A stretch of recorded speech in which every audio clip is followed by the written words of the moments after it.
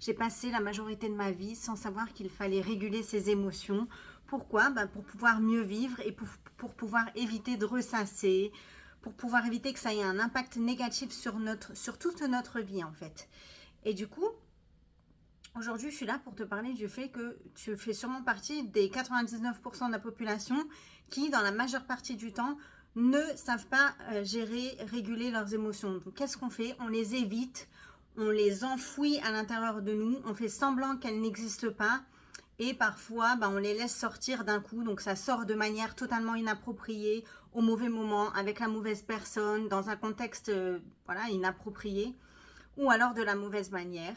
Pourquoi? Parce qu'on ne sait pas les réguler, on ne nous a pas appris et c'est bien normal, c'était comme ça avant. Hein.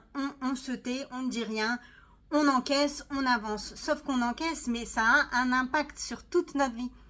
Et en fait, pourquoi est-ce que par exemple quand on fait de l'EFT, au départ on parle du négatif, c'est-à-dire qu'on se focalise vraiment sur ce qu'on ressent, sur les choses négatives. Pourquoi on fait ça? Parce qu'en fait on nettoie la charge émotionnelle qui est engrammée dans notre corps, qui est liée à ces émotions négatives pour justement les libérer d'une manière saine et efficace. Si, je vais prendre une image, si tu as un chien, que le chien il fait caca dans le salon, logiquement tu vas nettoyer, après tu vas remettre le tapis, etc. Et ensuite tu mettras, je sais pas, du parfum par exemple. Tu vas pas juste mettre le caca sous le tapis et ensuite mettre du parfum. Et ben on fait pareil avec le FT.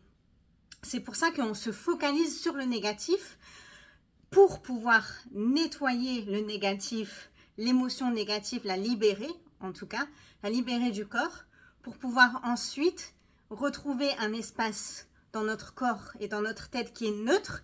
Et après, si on veut, on peut installer des affirmations plus positives, etc., une vision plus positive. Mais déjà, rien qu'en enlevant cette charge émotionnelle négative, rien que là, on retrouve un état d'esprit, enfin un état émotionnel et donc un état d'esprit plus neutre. Et déjà ça, c'est voilà, une des meilleures choses qu'on peut faire. Et ensuite, effectivement, quand on veut ajouter des affirmations positives, etc., pour carrément transformer ça en quelque chose de positif, parce que c'est ce qu'on appelle en fait la résilience, la croissance bon, on appelle ça par exemple dans le cadre de trauma, la croissance post-traumatique, mais là, on va le prendre sur des événements beaucoup plus petits au quotidien. C'est quand même la croissance personnelle, on va dire, face à la vie. Un peu la sagesse en quelque sorte.